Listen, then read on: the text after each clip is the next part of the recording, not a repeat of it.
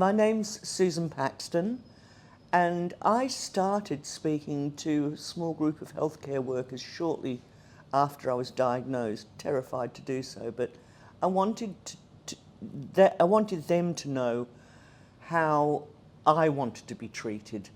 Shortly after that, I did start speaking out in schools, and I found it was very, very powerful in terms of preventive education.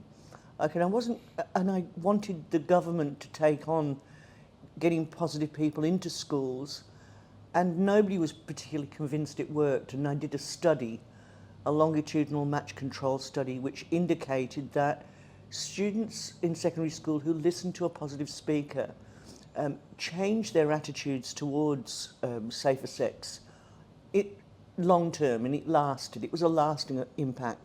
So for many years, my speaking out was to young people to help them to realise that who can they trust and why do they trust their sexual partners and whatnot.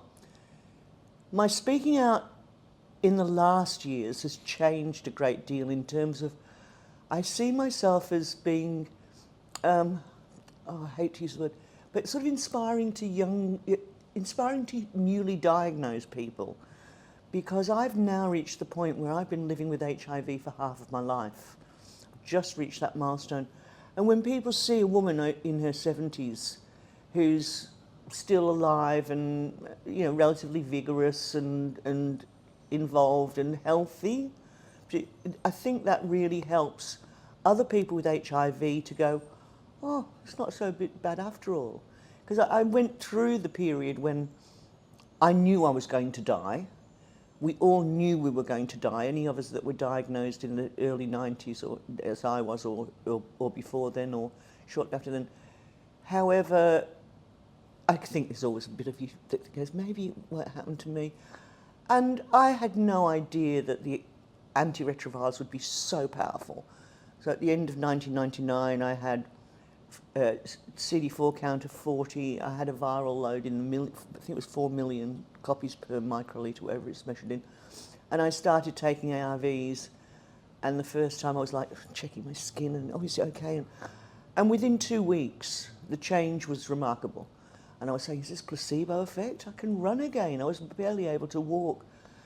And I think now with antiretrovirals, with medication to keep us alive and healthy for long, I know it's still frightening because the HIV still carries with it so much stigma.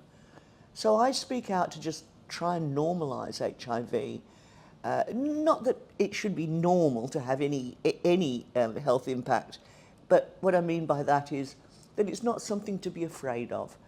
That I cannot pass on HIV to you or to anybody else because I take my antiretrovirals and I have an undetectable viral load. So I'm not infectious and I can live long. So yeah, long and healthy.